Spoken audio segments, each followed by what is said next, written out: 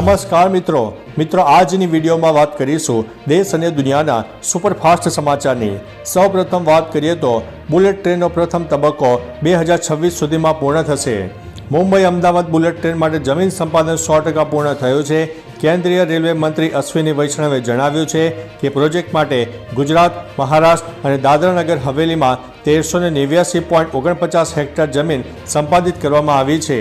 1.10 લાખ કરોડના ખર્ચે 508.17 કિલોમીટર ટ્રેકનું કામ ચાલી રહ્યું છે। સુરત અને બિલીમોરા સ્ટેશન વચ્ચે પ્રોજેક્ટના પ્રથમ તબક્કાનું બાંધકામ 2026 સુધીમાં પૂર્ણ થવાની સંભાવના છે।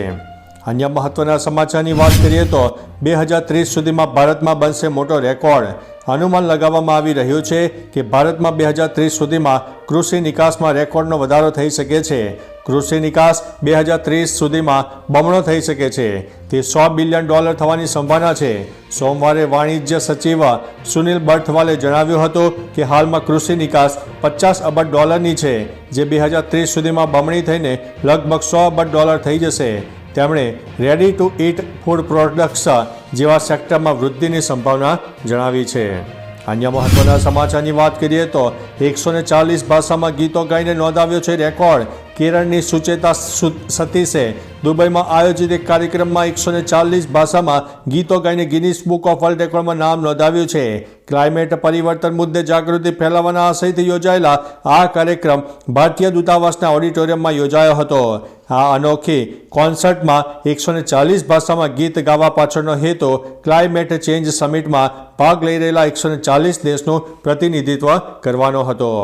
અન્ય મહત્વના સમાચારની વાત કરીએ તો રામ મંદિરની તૈયારીઓ જોરશોરમાં ચાલી રહી છે।